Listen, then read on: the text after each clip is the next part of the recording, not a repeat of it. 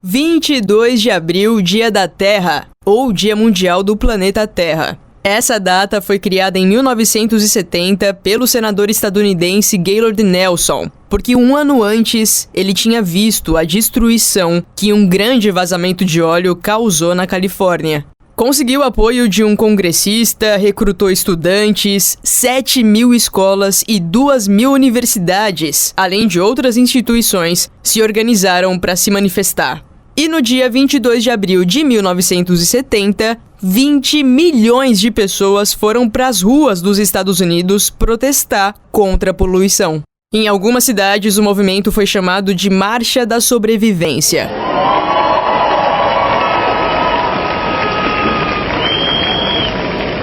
Deu certo! Foi um dos raros momentos na história em que republicanos e democratas se uniram. Várias leis ambientais importantes foram aprovadas depois desse evento e bilhões de dólares foram destinados à causa.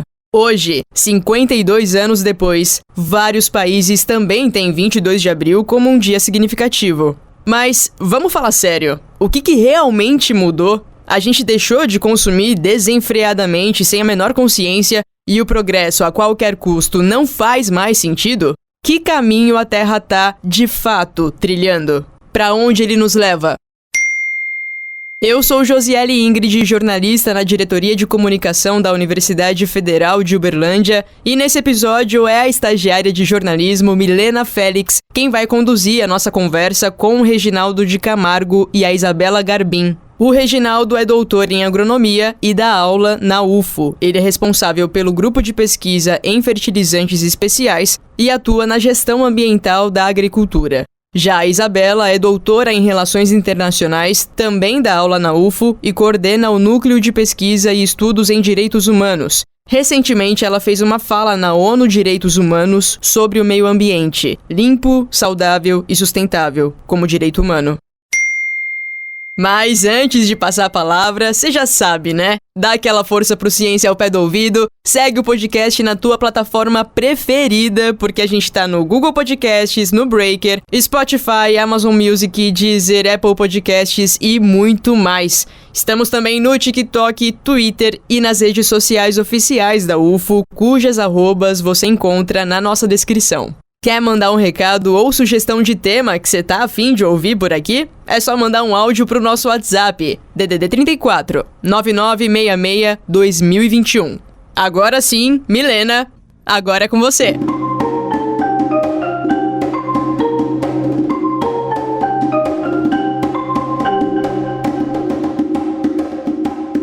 Obrigada, Josi. Olá, ouvinte.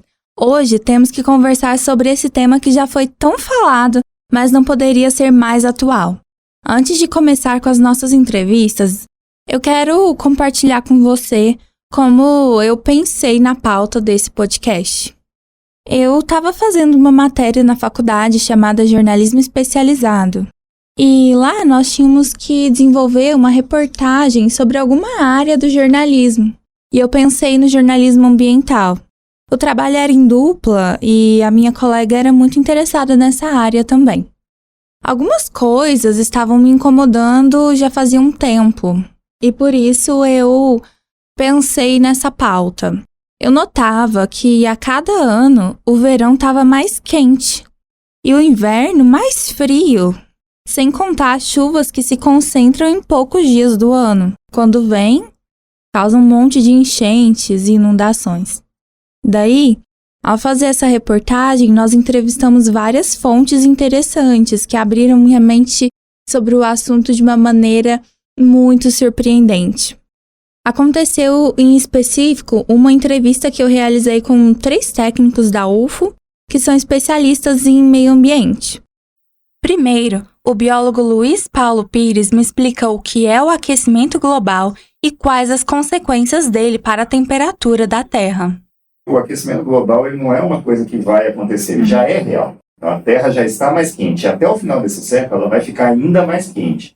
A nossa janela de oportunidade de ação é o quanto mais quente a gente vai observar até o final desse século. Para a gente ter um cenário menos pior, e aí o IPCC, que é o painel da ONU que investiga toda a questão das mudanças climáticas, Ele faz cenário, ele desenha o que vai acontecer se a temperatura da Terra no final do século estiver em 1,5, o que vai acontecer se estiver em 2, 2,5, 3 e por aí vai.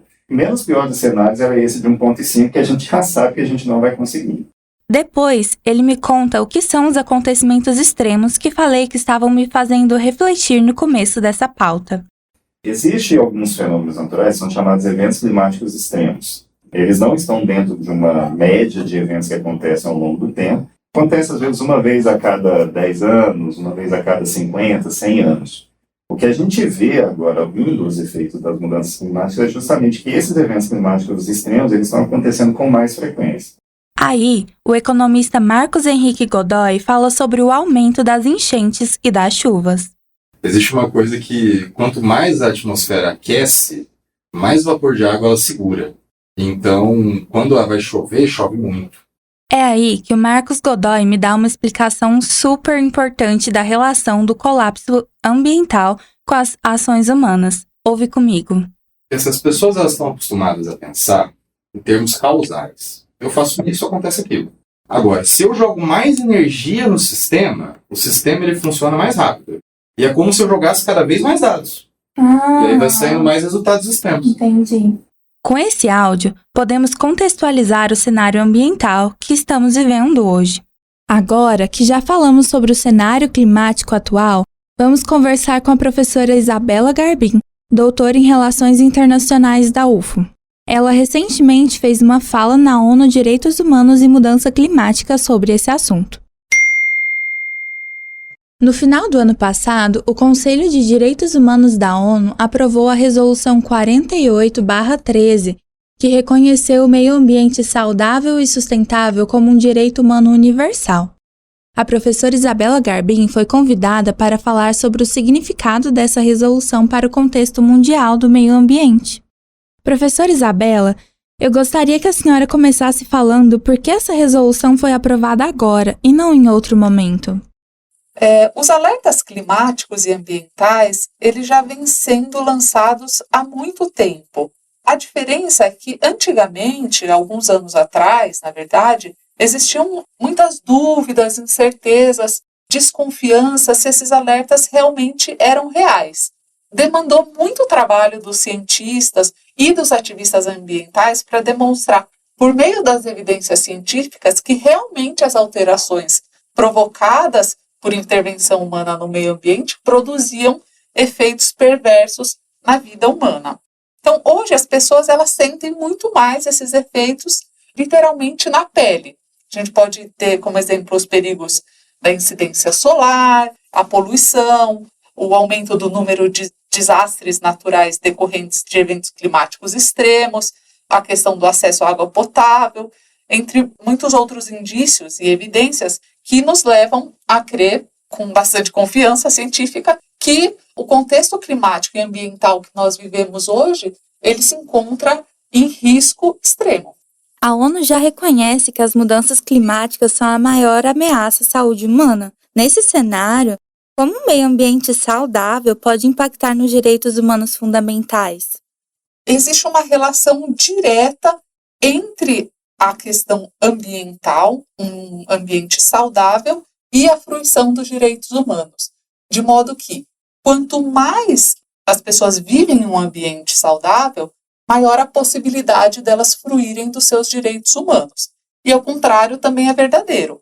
Quanto menos saudável é o ambiente em que as pessoas vivem, menor é a possibilidade de fruição dos direitos humanos. Por exemplo, na questão da alteração climática e aquilo que a gente presencia de maior frequência dos desastres naturais.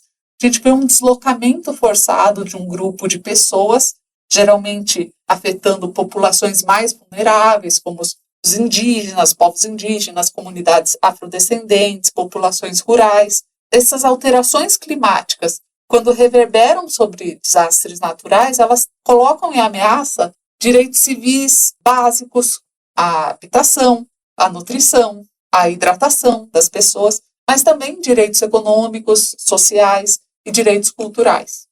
Por que foi considerado um direito humano o acesso a um meio ambiente saudável e sustentável? Qual que foi o trâmite para que essa resolução fosse aprovada? Bom, essa resolução, ela finalmente reconhece que a questão ambiental é um direito humano. Ela reconhece essa relação necessária que existe entre o conceito de humanidade, que é um conceito filosófico, sociológico, é um conceito das ciências humanas, e associa a um conceito de meio ambiente, que é um conceito que vem das ciências naturais. Então, esse senso, o conceito de humanidade, que revela um senso de pertencimento comum a um mesmo grupo, a um mesmo coletivo de pessoas, quando ele é somado a um senso de planeta em comum, gera-se responsabilidades que são também comuns e compartilhadas. Então, a resolução do Conselho de Direitos Humanos, ela simplifica um pouco essa história dos conceitos. Ela faz reconhecer-se entre os Estados a relação necessária de um ambiente saudável, limpo e seguro, e o desenvolvimento sustentável do meio ambiente, e as suas relações com a humanidade. Quanto ao trâmite para aprovação dessa resolução, a gente pode falar de um trâmite formal, que é um trâmite que ocorre normalmente nas organizações internacionais, em que os protagonistas, eles são os Estados. Então, os Estados, eles negociam, buscam estabelecer consensos internacionais, geralmente mínimos, sobre determinadas matérias. Mas, para além do trâmite formal que acontece nas organizações internacionais, a gente observa um trâmite político mais amplo, e essa é a perspectiva das relações internacionais. Observar a política que acontece, que transcorre nas organizações internacionais, praticada pelos Estados, mas também fora delas. Então, no caso da resolução do Conselho de Direitos Humanos, que reconhece o ambiente como um direito humano, tiveram essa política mais ampla, ela envolveu muitos outros atores. Por exemplo, as ONGs, as organizações não governamentais ambientais, os ativistas ambientais, os cientistas que traziam expertise, traziam conhecimento para a organização internacional. Então, esse é mais ou menos o trâmite que se deu para a aprovação dessa resolução. Qual o significado dessa aprovação para os países? A aprovação de uma resolução internacional, ela tem como efeito criar um compromisso entre os países para que os termos dessa resolução venham a ser implementados pelos Estados. Essa resolução, em específico, ela não criou obrigações para os Estados. Alguns críticos dessa resolução, eles afirmavam que os termos em que a resolução foi negociada poderiam ter sido muito mais ambiciosos. Em que sentido? No estabelecimento de obrigações, de deveres para os Estados. Mas, geralmente, as normas internacionais, quando elas surgem, de início, elas não estabelecem obrigações. Geralmente, são normas de conteúdo declaratório, de um conteúdo que vai afirmar conceitos, questões, envolvimentos mínimos de cada uma das partes. Posteriormente, conforme outras oportunidades se abrem no cenário internacional, é possível que essa resolução inicial seja adensada por outras resoluções subsequentes em que os Estados concordem em assumir algumas obrigações perante o direito internacional. Então, o que a gente tem hoje é uma declaração, na verdade, uma resolução, com uma perspectiva declaratória, uma perspectiva de constituir a questão ambiental como um direito humano, e eu penso que, em breve, na medida em que houver oportunidade dentro do próprio Conselho de Direitos Humanos, os Estados darão passos mais ambiciosos no sentido de estabelecer obrigações para a questão ambiental. Quais são as perspectivas futuras para o estabelecimento de medidas de preservação ambiental e de mitigação dos impactos humanos sobre a natureza? Enquanto perspectivas futuras, a gente pode pensar que essa resolução, ela permite que o Sistema Internacional de Proteção dos Direitos Humanos e o movimento ambiental, eles se apoiem mutuamente. Nas relações internacionais, na política internacional, existe uma diferença significativa entre a proteção internacional conferida aos direitos humanos e o regime ambiental, né? Um conjunto de normas mais difusas que regem as questões ambientais. Então, é possível esperar que o sistema internacional de proteção aos direitos humanos seja mais aproveitado pelos movimentos ambientalistas e que ocorram mais criação de sinergias para realização de ambos os direitos, desse direito ambiental e dos direitos humanos. Por exemplo, a gente hoje pensa em alguns conceitos que já combinam perspectivas de ambas as áreas, direitos humanos e ambiental. O conceito de justiça climática é um exemplo. Esse conceito de justiça climática, ele busca envolver uma perspectiva étnico-racial e transversal sobre as questões climáticas. Um outro exemplo, o conceito de racismo ambiental. Nós vemos, então, o componente de racismo como um conceito mais atrelado à área dos direitos humanos e o ambiental, à área ambiental. E a questão do racismo ambiental, portanto, ela visa associar as populações vulneráveis, as minorias, e o impacto maior sobre essas populações, o impacto ambiental sobre essas populações. E, por fim, eu teria um exemplo bastante inusitado, que é da árvore refugiada. A árvore refugiada foi uma mobilização simultânea do movimento dos direitos humanos e do movimento ambiental para levar uma árvore, um jatobá da Amazônia, fazer um pedido de refúgio nas embaixadas dos países estrangeiros em Brasília para denunciar o desmatamento da Amazônia. A partir desses exemplos, a gente consegue pensar quais são as perspectivas futuras que essa resolução enseja. Obrigada, professora Isabela. Eu que agradeço a oportunidade. A fala da professora Isabela mostra os passos que a humanidade está dando para superar os desafios de sustentabilidade que estamos enfrentando. Mas também existem ações a nível pessoal, institucional e regional que podem e estão sendo feitas para melhorar esse cenário. Uma delas é a ação realizada na UFO para transformar dejetos em adubo, realizada pelo curso de agronomia. Vamos conversar com o professor Reginaldo de Camargo, coordenador desse projeto. Olá, professor Reginaldo, seja muito bem-vindo ao Ciência ao Pé do Ouvido. Para a gente começar, professor, eu gostaria que o senhor explicasse um pouquinho para o nosso ouvinte qual é o trabalho com o adubo organomineral que o seu grupo de estudos desenvolve e qual foi a publicação recente que aconteceu sobre o projeto. Olá, Milena, é um prazer enorme estar aqui e conversar um pouco com os nossos ouvintes a respeito do fertilizante organomineral. Nós estamos atravessando agora, um momento ímpar na nossa história, onde justamente alguns dos países envolvidos com a maior produção de fertilizante do mundo são justamente aqueles que estão em guerra nesse momento. Então, há uma preocupação mundial, visto que Rússia, Ucrânia, China, Canadá são alguns dos países que detêm juntos aí mais de 50% da produção mundial de fertilizantes, alguns muito específicos. Cada vez mais tem se buscado uma alternativa, não de substituição, mas de uma convivência até o momento que nós pudermos, em grande parte, substituir o fertilizante exclusivamente mineral pelo fertilizante organomineral. Hoje seria impossível utilizar somente fertilizantes organominerais em substituição ao fertilizante mineral. O que é o fertilizante mineral? É aquele que é extraído de uma rocha, que ele é purificado, passa por um processo industrial e, erroneamente, mas muita gente o conhece assim, como fertilizante químico.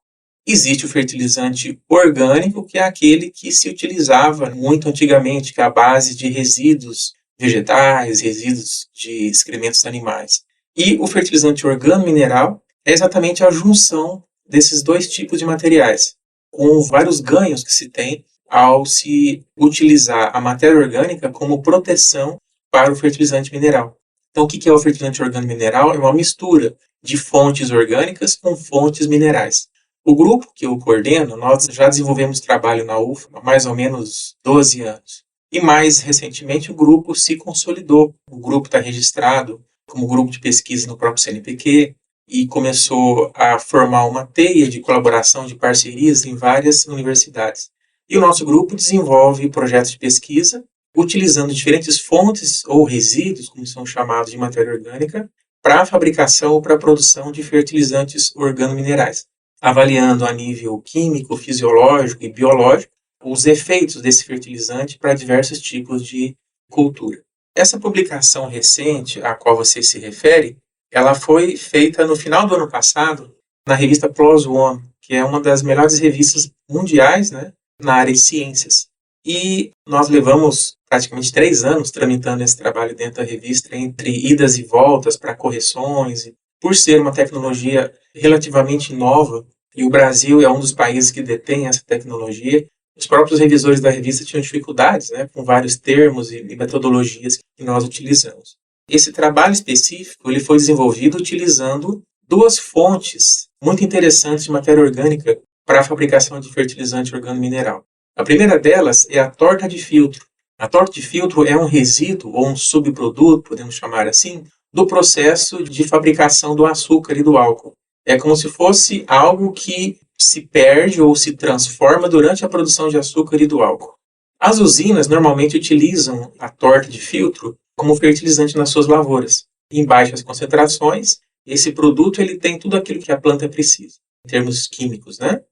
O lodo de esgoto é o esgoto das cidades, ou seja, tudo aquilo que é coletado para tratamento, né, pela rede coletora, e vai para a estação de tratamento de esgoto, para nossas ETs aqui. Chegando lá, passa por vários processos, né? Um de gradagem, é feito a retirada de todo o material sólido grosseiro. Aí nós temos ali um material pastoso e o resíduo líquido. O resíduo líquido, após tratado, ele volta para o rio. E o resíduo sólido, ele é levado para o aterro sanitário. E um processo extremamente caro de transporte desse resíduo, perigoso para o meio ambiente, porque nós estamos construindo taludes com um material pastoso ali com 70% a 80% de umidade e que tem potencial de contaminação do solo se ocorrer algum tipo de problema na estrutura do aterro sanitário.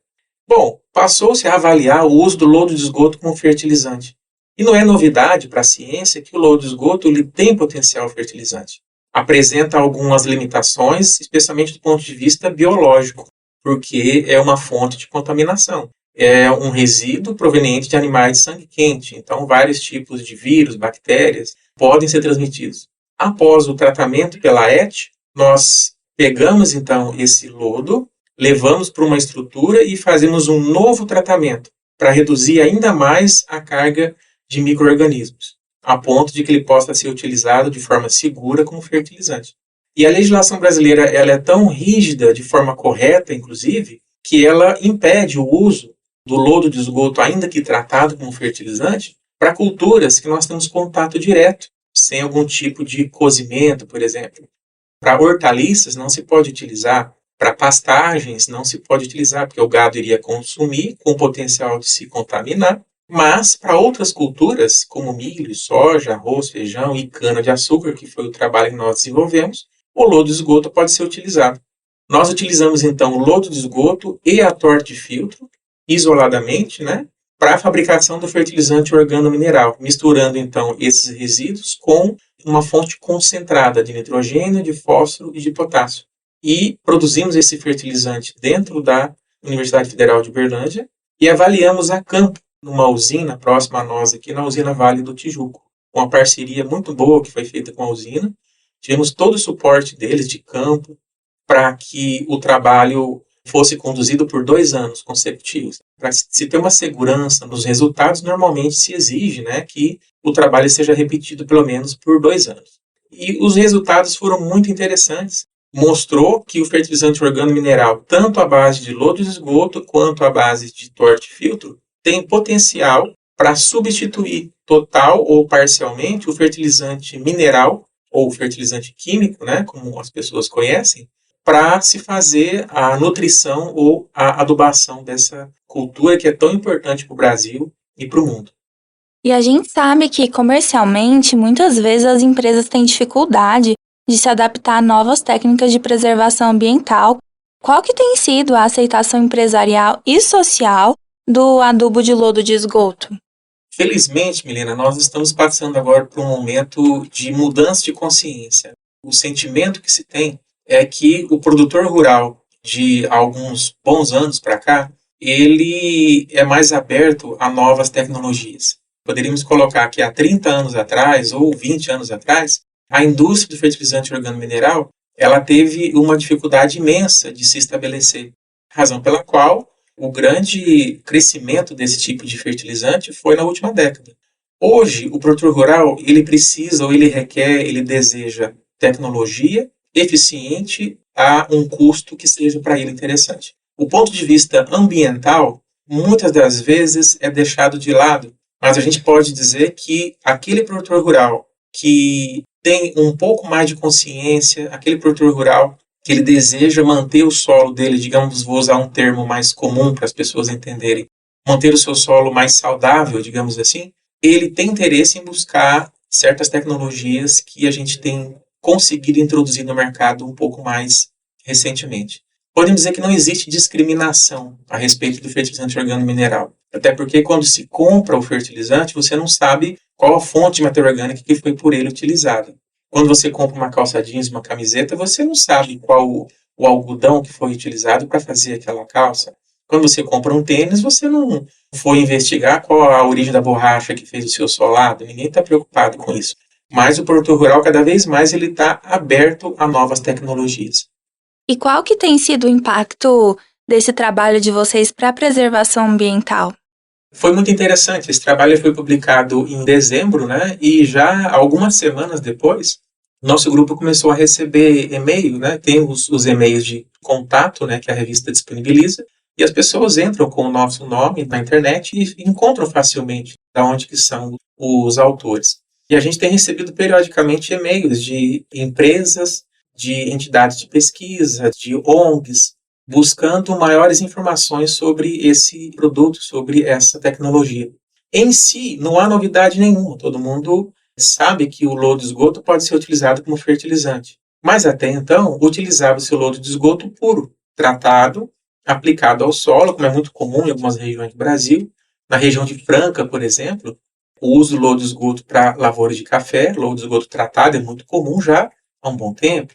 Na região do sul, especialmente no estado do Paraná, onde nós temos excelentes pesquisadores que trabalham com lodo de esgoto já há algum tempo, é muito comum também. Agora, a novidade do nosso trabalho foi utilizar a combinação entre lodo de esgoto tratado, ou biossólido, como é o termo correto, né? O lodo de esgoto é antes do nosso tratamento. Após o tratamento que nós fazemos, nós passamos a chamá-lo de biossólido, é um termo mais correto.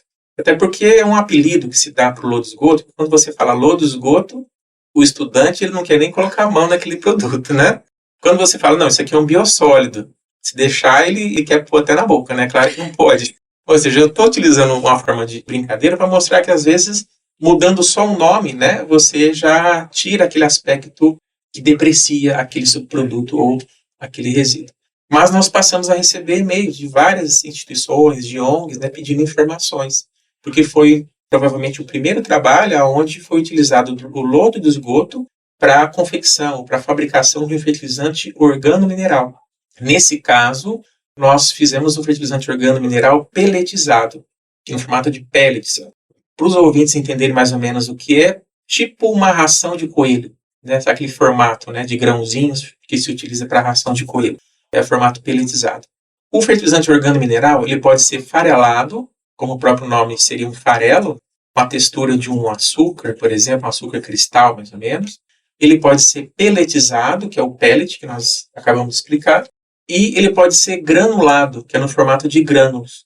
A grande sacada da indústria de fertilizante organo-mineral foi conseguir desenvolver o fertilizante organo-mineral granulado.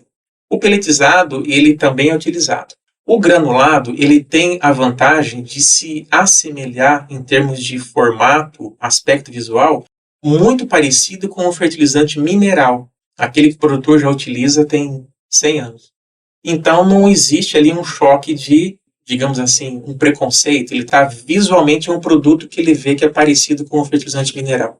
Segundo ponto, os mesmos equipamentos, maquinários que ele utiliza para a distribuição do fertilizante mineral é o mesmo que ele utiliza para o fertilizante granulado. o pelletizado pode ser utilizado, mas tem algumas limitações. Então, a grande sacada foi produzir um fertilizante organomineral num formato que se adequa para grandes culturas do tipo soja, que é o carro-chefe do Brasil, milho e soja, né? E pode ser utilizado com a mesma máquina que ele utiliza para plantio e distribuição do fertilizante a campo. Então, essa foi a grande sacada do momento, trazer um fertilizante com um aspecto visual e com características físicas muito semelhantes ao fertilizante mineral. Para a cana-de-açúcar, qual que é a vantagem do uso do adubo organomineral para a plantação? Como a gente comentou ao longo da entrevista, o trabalho ele foi realizado ao longo de 2 anos. Foi plantada a cana, né, nos toletes, né? Foi feita a abertura dos sulcos, a adubação, a distribuição dos toletes. Foi feito o primeiro corte no primeiro ano, quando a cana já ficou adulta, né? Conduziu-se a rebrota e fez, então, o segundo corte. Então, nós conseguimos fazer a avaliação de 2 cortes. Foi verificado que o fertilizante organomineral, tanto à base de lodo de esgoto quanto à base de torta de filtro, conseguiram substituir o fertilizante mineral. A planta não distingue a fonte do nutriente, se é na fonte orgânica ou se é na fonte mineral. Então, o fertilizante organomineral, ele conseguiu substituir o fertilizante mineral e conseguiu-se, inclusive, obter valores melhores em relação, por exemplo, à produção, a toneladas por hectare de cana foi 5% maior quando se utilizou o fertilizante organomineral. 5% parece um número pouco expressivo, mas se você pegar 5% em cima de uma área muito grande, é um valor razoável. E quando você fala para um produtor de cana que ele vai ter 5% de aumento de produtividade, o olho dele brilha, o olho dele sai estrelinha. Nós estamos no momento agora, tecnologicamente falando, que quando você fala para o produtor que ele vai ter um ganho de produtividade de 2%, se a tecnologia compensar financeiramente, ele tem interesse. Porque nós hoje utilizamos o que há de melhor em termos de fertilizante, o que há de melhor em termos de defensivo, de sementes. Para se conseguir ganhos de produtividade hoje é muito difícil. E quando você consegue aumentar a produtividade de uma cultura em 5%, é um valor muito expressivo. Conseguiu-se também um aumento na produção de açúcar por hectare. Explicando melhor, houve uma maior produção de açúcar. Estou explicando de um modo mais simples, porque nem todo mundo que está nos ouvindo é da área de agronomia.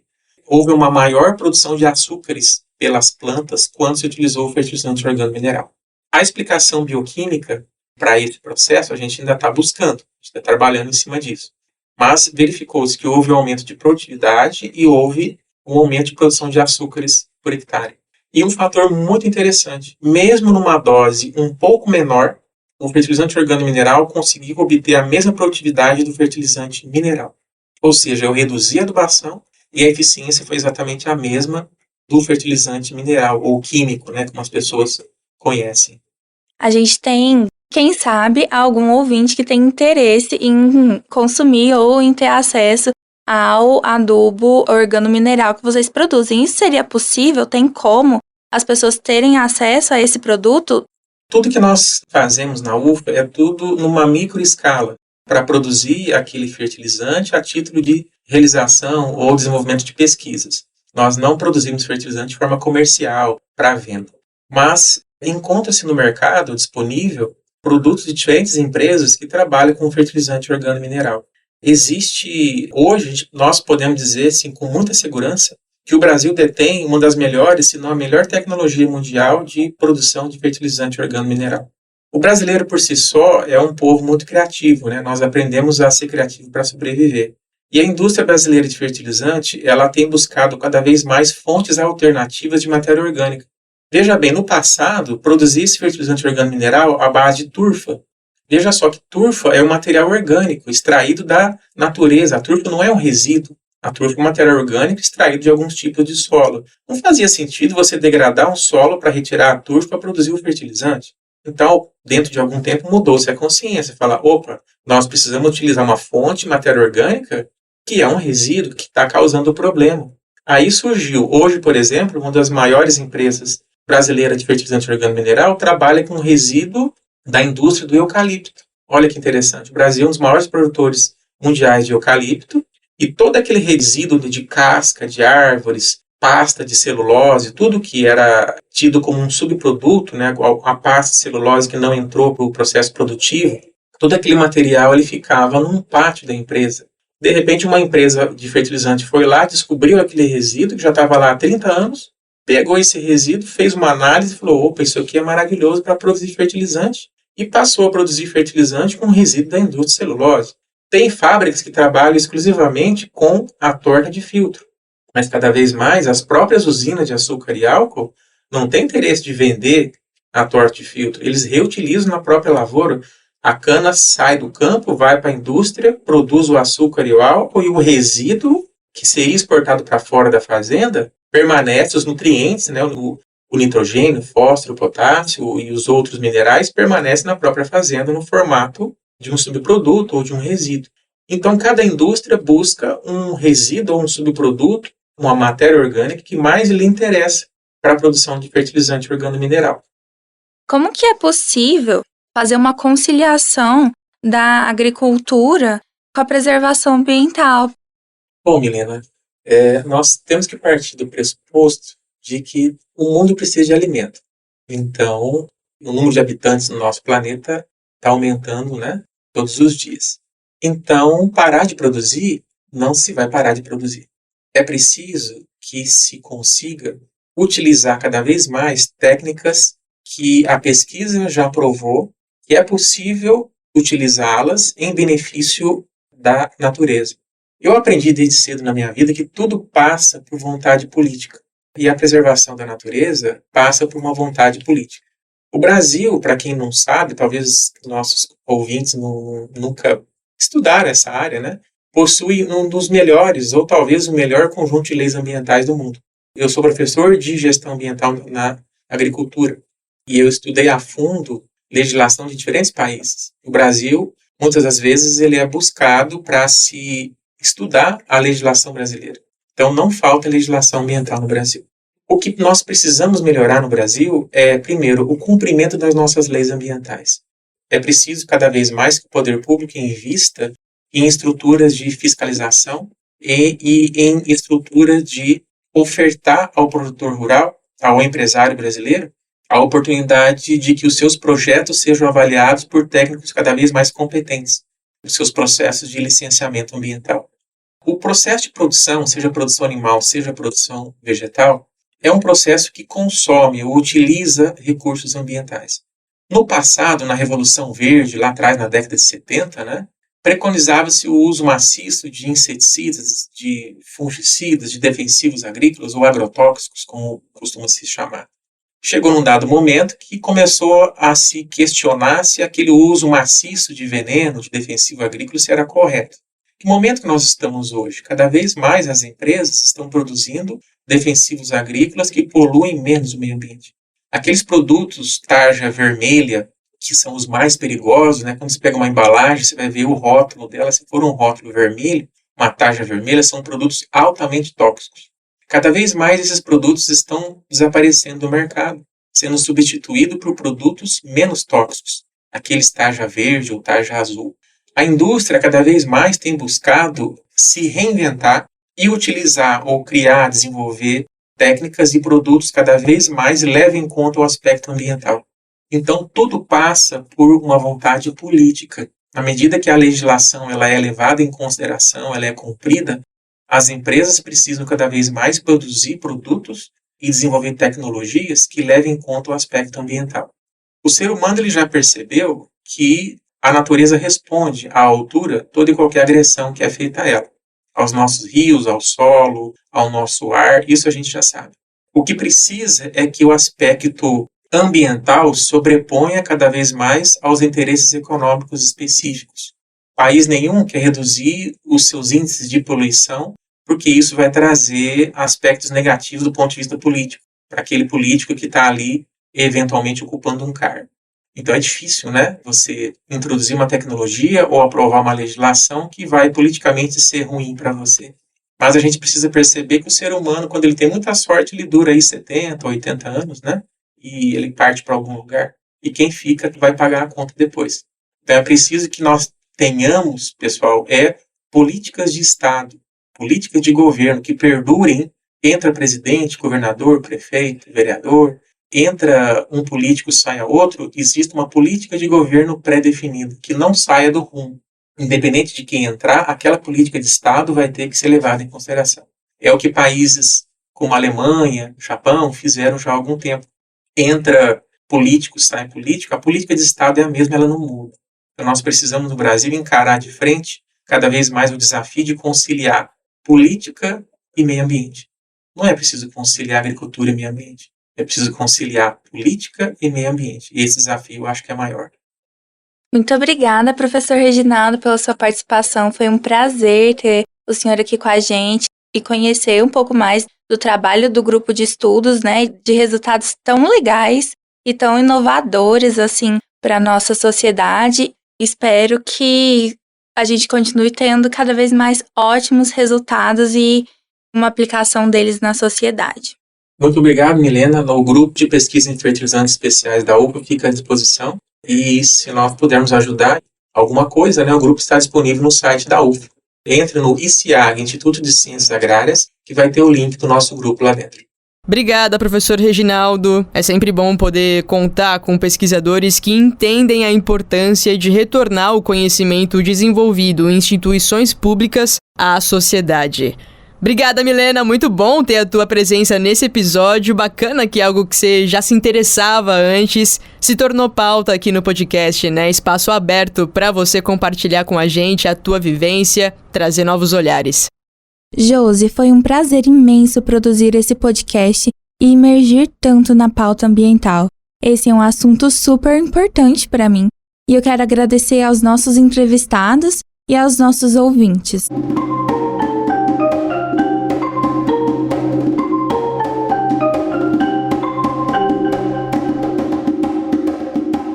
E assim chegamos ao final dessa edição, o Dia da Terra, ainda com uma pergunta que não cala, né? A gente tá realmente mudando de rota para garantir que na nossa velhice esse planeta ainda vai ser habitável?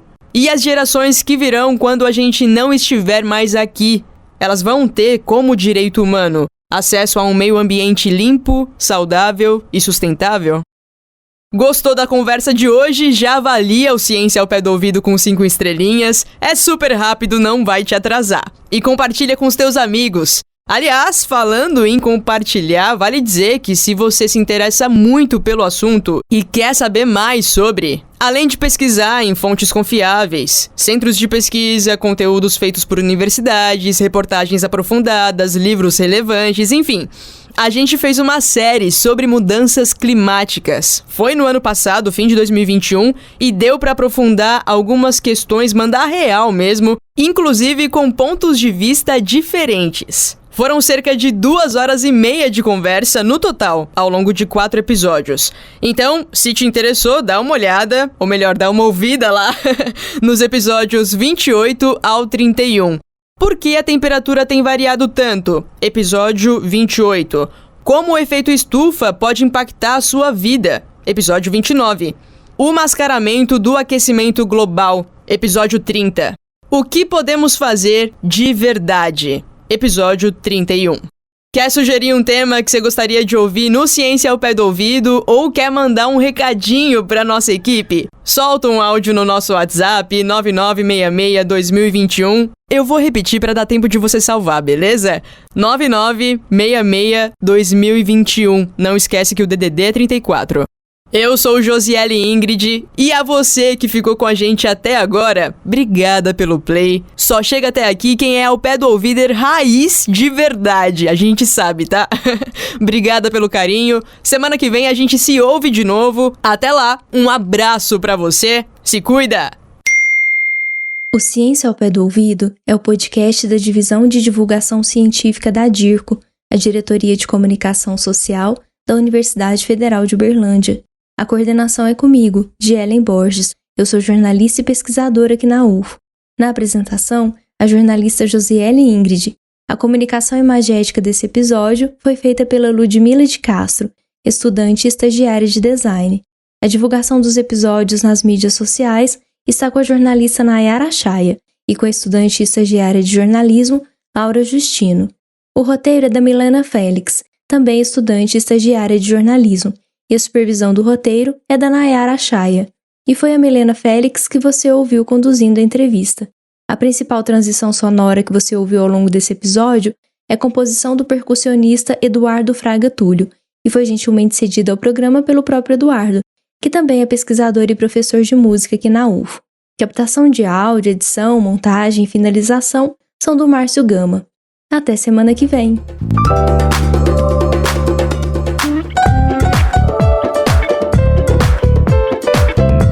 Ciência ao pé do ouvido.